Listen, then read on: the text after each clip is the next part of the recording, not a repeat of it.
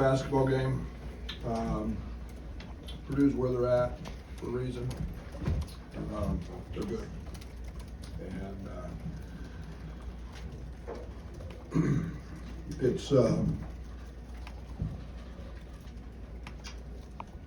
it's getting guys to understand a possession or two, a rebound, a loose ball. That's what sends you home in March. And I thought we competed. I thought we did a great job on Zach. He gets his 28 on 23 shots. I was really happy with that. I thought we first half. I thought we guarded a way that was really solid. The second half, you have to make some adjustments for Zach. It was just Zach's one of a kind, and he's got the ability to dominate. He started the second half in that mode. You have to go to a little different coverage, and then they make threes. And we don't make a three the second half. Again, we had a 1.1 OER, which is really low for us, but give their defense some credit. Again, Zach's back there protecting the rim. Had it right there, and you get a stop, and you can't get a rebound twice. We've got to have better rebounding from our perimeter players. Plain and simple, better rebounding. Terrence Shannon has no defensive rebounds tonight. Zero. Best athlete on the court. We've got to get better rebounding from our guards. And we can't have Coleman fight 7'5" and 300 pounds. And ultimately, the difference in the ballgame is those couple of plays. Lawyer goes on a 7-0 run. Then you go home with a loss. But high-level game. I love our team. I love what we're doing. If that's the best in the country, which I think it is, we're right there. And you have to make a couple plays when the game's on the line to win. Otherwise, we had plenty of opportunities. But great basketball game. Congratulations, Purdue, and they were spectacular. Brad, you've played some of the best teams in the country, Tennessee, Marquette, and Purdue twice. What do you hope your guys take away from it? What do you hope you learn from it?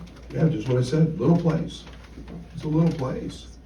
When you get a stop and you got three guys around the ball and nobody even makes an attempt to get on the floor for it, those send you home. Life's, and I told them, it's winning and losing. And there's winners and losers in life. And you can't not go make those plays. And, we've got to get them to understand the urgency of the end, the abruptness of the end. If you do it, you don't do it, you go home. And, we have a loose ball, just an unfortunate bounce. I thought they made a not very smart play. And the Jones kid shot it really quick, and we make a great defensive play, and the ball bats up in the air, and they come up with it, and it leads to a three. Again, we just have to rebound the basketball better and come up with those loose balls, and those were defining moments in the game that they made, and they made us pay for every one of them. Brad, you mentioned you had to go to a different coverage in the second half. What were you guys talking about at halftime, though? Because I know Edie's 9 of 13, but you're up 6. I mean, you had to have felt good about how you were going about things. Yeah, but it's eventually going to Get you. wear yourself out. Yeah, I mean, it's going to wear itself out. I mean, he's 9 of 13, and you're going to have to pick your poison. He's going to put fouls on guys, and we've seen that song and dance many times in game film, and Matt's a really good coach. I mean, he didn't run anything except throw the ball to him, and all of a sudden it wipes out your lead, and now you've got to counter that. So he's got that luxury, tonight their guys stepped up and made some shots. I thought they were kind of broken play threes that hurt us, but You know, again, that's to their credit. Coach, how do you think the transition defense impacted the game? Just 63 possession game and 2 fast break points. Well, we turned it over every time we had it in transition. It killed us. And but again, part of that is trying to stop Zach, and it was a slower tempo game from that side of things, and we almost expected that. But we had 3 or 4 really bad plays in transition, and you know, when you get in a possession game, you can't turn that thing over, especially in transition. Coach, Shannon picks up his second foul with 11:34 remaining in the first half. Was there any sort of thought process of managing it differently than you did, or were you kind of planning on, hey, maybe if we have an offensive position at the end, we're going to use him, or if it gets out of hand? We did. We put him back in. We bought 3 minutes with him. We put him back in for our, you know, out of bounds play late. We bought as much time as we could with him, and you know, it's still a risk there.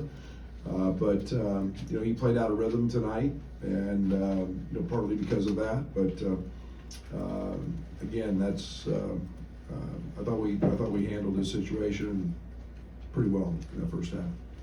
Brett, was there something they did differently in the second half defensively to kind of bog you guys down in the half court, or what'd you see there? Guarded us. I mean, it's it's different when you got Zach back there. You know, I mean, Zach protects the rim pretty well, and you know, I thought we got good opportunities, you know, at the rim. Mark missed a couple, you know, layups. He blocked a couple of shots. You know, and that's fine. But you know, they took the 3-point line away, and I thought we got some looks that we didn't take, but I thought we also missed a few. But yeah, they're obviously very good defensively as well, and again, Zach provides that security blanket back there. Brad, you mentioned Terrence not having any defensive rebounds. Matt talked a lot in here about if we don't turn it over, Terrence can't get out on the break. But if he can get on the glass, can he just manufacture his own, can just grab it and go? Yes. Look at his 35-point game. He had 11 rebounds. And, you know, there's a play late in the game. He's at half court. He's trying to get a run out at half court. And you know, he and I are going to have a hard talk about that as we go into postseason play. And, you know, that's where Io blossomed. Io figured out, you know, triple doubles and let me defensive rebounds so I can get out and run. And you know, off night for Terrence, but, you know, we'll get that. He's a very conscientious young man and wants to win more than anybody.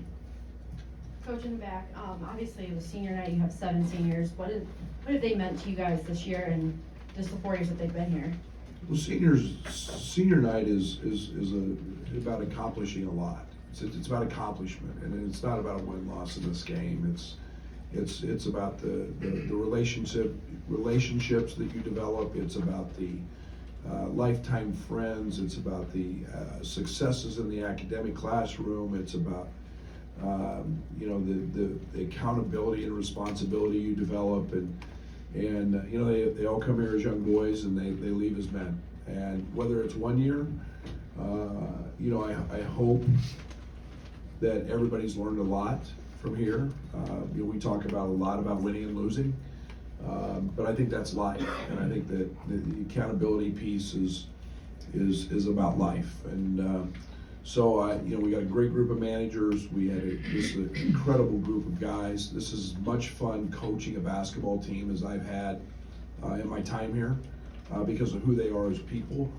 And I'll always remember whatever this journey ends up here in a few weeks or a month, whatever it is. And I hope we've got a lot more. But this will be right at the top of the list in terms of great groups.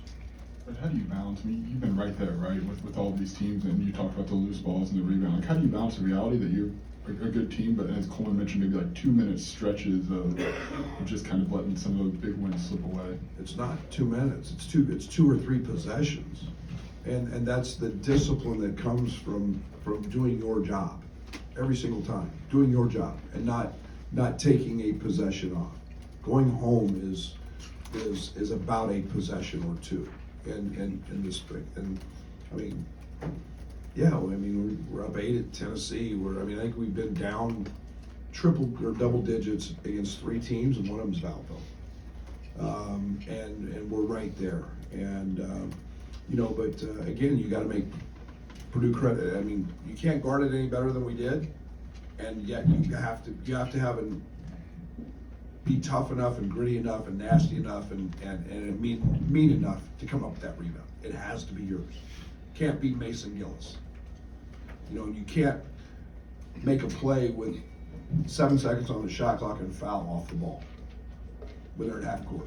Those are plays that you just can't make in a game like this. And again, we're right there, and that's why I beat it up in the locker room. To be very honest, I beat those points up because if we don't understand that we're really, really good and we can be a Final Four team, I believe that. I'm just telling you now, I believe that.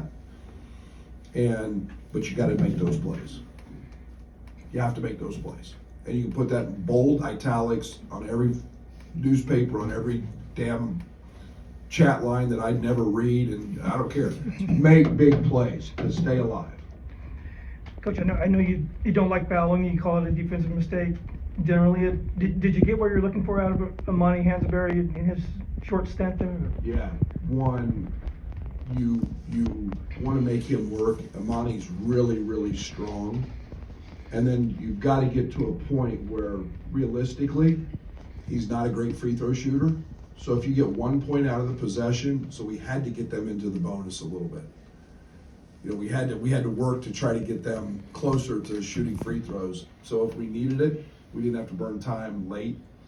And again, if he caught it at the rim, Coleman was in a good position that we could try to foul him if we needed that. If we needed that late. So that was just kind of in the back of the repertoire of another way to try to guard him. You said you kind of hammered home maybe the point about the big plays in the locker room. Do you keep that up? I mean, I don't think Coleman said you have a day off, but when you get back together, or do you treat it like Penn State? No, I'm going to forget about it. Of course I am. Hell, I mean, what do you think I get paid? Josh pays me a lot of money to keep hammering that shit home. I mean, you guys come up with a bad question like that, you're going to get a crappy answer. Of course I'm going to do that. Yeah, I'm just going to blow that off, and we're going to sail off into the sunset and go home here, and yeah, that's what we do. We talk about it after Penn State, and I don't mean to be a jerk, but that's what we do. That's what we do. We talk about them so they learn and develop and grow and make a point about it right now so that we can learn from that and we don't do that again. And next time it has a lot more consequences. With Coleman taking 1-3 tonight, did you feel like they took that away, or was he maybe a little too hesitant? No, they did a great job. They made us deck it. They made us deck it. They did a terrific job of guarding him. And again, Zach gives you that presence back there, especially when he's on Ty. I thought Ty was terrific in terms of attacking him and so on and so forth, but they did a nice job tonight.